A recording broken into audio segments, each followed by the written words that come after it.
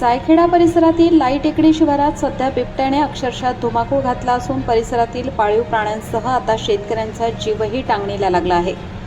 लाई टेकडी भागातील शेतकरी बापू परसराम आहिरे यांच्या शेतात बिबट्याने एका अज्ञात शेतकऱ्याच्या वासराची शिकार करून त्याचा निर्घुण फडशा पाडला। विशेष म्हणजे रात्रीच्या सुमारास एका जागरूक शेतकऱ्याला हा बिबट्या प्रत्यक्ष दिसला असून त्याने धाडस दाखवत बिबट्याला हुसकावून लावले।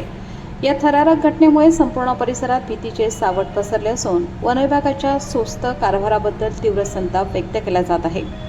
लाई टेकडी शिवारात रात्रीच्या सुमारास एका शेतकऱ्याला बिबट्याचा वावर असल्याचे दिसून आले। समोर प्रत्यक्ष बिबट्या उभा असलेला पाहून या शेतकऱ्याने भीती न बाळगता आरडाओरडा करत आणि धाडस दाखवत त्याला तेथून हुसकावून लावले।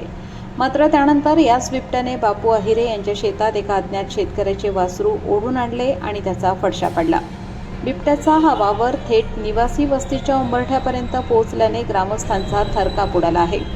या परिसरात मोठ्या प्रमाणावर शेतकरी कुटुंबासह वास्तव्यास आहेत। सध्या शेती कामांचे दिवस असल्याने शेतकरी आणि महिला पहाटेपासून शेतात राबत असतात। तसेच वस्तीवर लहान मुलांची संख्याही मोठी आहे। रात्रीच्या वेळी बिबट्या थेट समोर येत असल्याने आणि पाळीव प्राण्यांवर डल्ला मारत असल्याने आज प्राण्यांवर हल्ला करणारा बिबट्या उद्या लहान मुलांवर किंवा माणसांवर सारून गेला तर जबाबदार कोण, असा संतप्त सवाल आता उपस्थित केला जात आहे। प्रत्यक्षदर्शी शेतकऱ्याने बिबट्या पाहिल्याचे सांगितल्यामुळे आता या परिसरात बिबट्याचा वावर असल्याचे सिद्ध झाले आहे। त्यामुळे वन विभागाने आता कोणतीही टाळाटाळ न करता लाई टेकडी शिवारात तात्काळ पिंजरा लावून या बिबट्याला जेरबंद करावे अशी आग्रही मागणी आणि आक्रमक मागणी परिसरातील शेतकऱ्यांनी केली आहे। प्रबंधभूमी महाराष्ट्र न्यूजसाठी विशाल बच्छाव, जायखेडा।